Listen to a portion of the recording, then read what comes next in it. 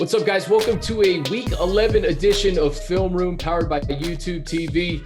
Here with Daniel, Jeremiah, and DJ. Last week, we saw Justin Herbert have a little pressure in his face. Maybe number 86, Hunter Henry, can help him combat that against the Jets. Yeah, I think you saw last week a little bit of a blueprint you'll see teams try to copy, and especially this week with Greg Williams, who likes to really blitz. He has throughout his entire career. And you saw last week, it wasn't just a blitz from the Dolphins. It was blitzing and then trying to take away Keenan Allen, who's been, as good as it gets, especially on third down. So where else can this football go? How are you going to combat those looks as you go forward? And I think Hunter Henry is a key to that, Chris. I'm going to show you 3 plays here. These are going to be 5-man pressures. Not a ton of guys coming, but you can see some blitz looks. And the first one here against Kansas City is they're going to come right off the top. Hunter Henry's lined up at the top of the screen. It's a quick, easy completion. So the ball gets out of your hands right away, and you see what Hunter can do after the catch to be able to get you some of those extra yards. And I'll show you here as we go to this next one, a couple other options that you have here when you're going to see some blitz looks. Tampa, they like to blitz a lot as well.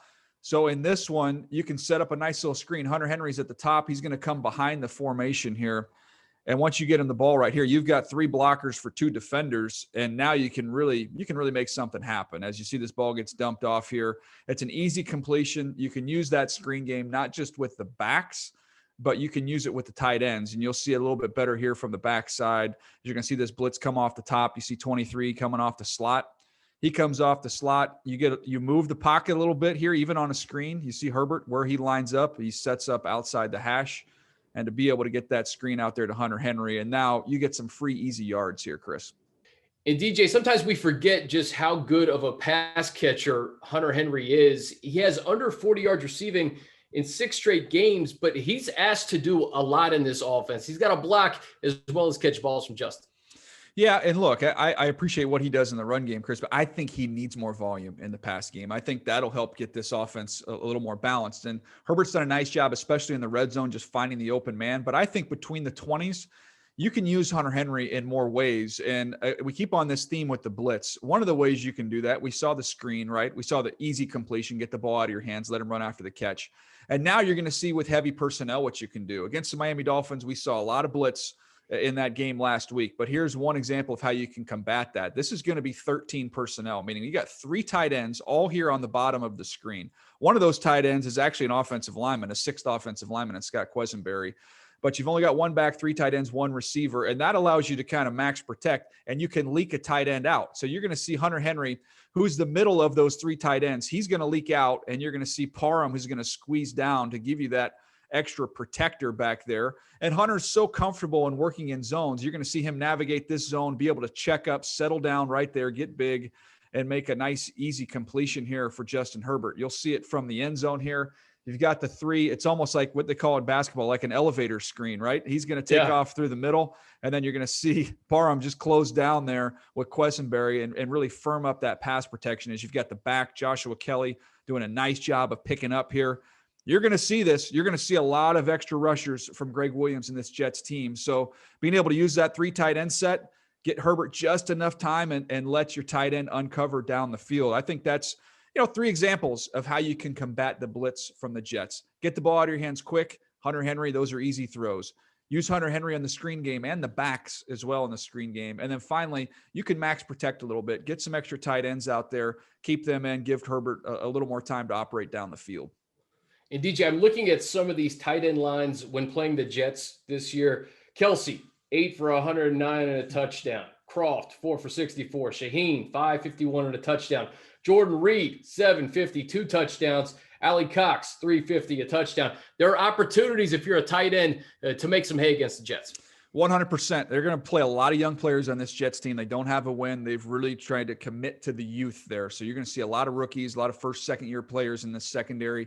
And I think there's some opportunities to have a big game here for Hunter Henry. DJ, flipping it to the Jets. Denzel Mims, one of several elite wide receivers in this 2020 draft class. He's only played in 3 games, but he's made his impact felt. Yeah, he's been really impressive when you study the tape. Look, this is a winless Jets team, but really hadn't had a chance to get all their receivers healthy and on the field at the same time. And we're just starting to see that take place. And they have a lot of size and a lot of speed particularly when you talk about Brashad Perriman as well as Denzel Mims. And Mims, to me, is the most talented receiver they have. Chris, I'm going to show you a couple plays here. This first one here is working against Tre'Davious White, who's an all-pro corner. He's at the bottom of the screen in a real tight split. Watch what he does here out of the break. I want to just show you how fluid and smooth he is once he gets to the top of his route to create a lot of separation against a really good corner. See that long stride, but then he snaps it off at the break point, and it's a big target for Joe Flacco to be able to throw the ball to. We'll see it here from the end zone, and I can show you just how inviting this looks when you see the size that he has and the range that he has as this ball gets let go here. This is Sam Darnold falling off this throw, but man, that is a big, big man working across the middle of the field with a lot of speed. He has legit 4.3 speed working in that middle of the field area, Chris. DJ, when you look at the Jets' record, I think it's easy to forget that they have some pieces here. We saw Mims at the Senior Bowl. We know what he did at Baylor, but he impressed down there, and obviously it's translating early in his NFL career.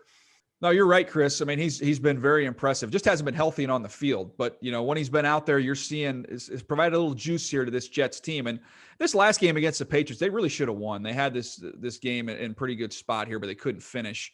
I'll show you one more play here from Mims up at the top. We saw him work in the middle of the field. Now he's up at the top working against Jason McCourty, a veteran corner.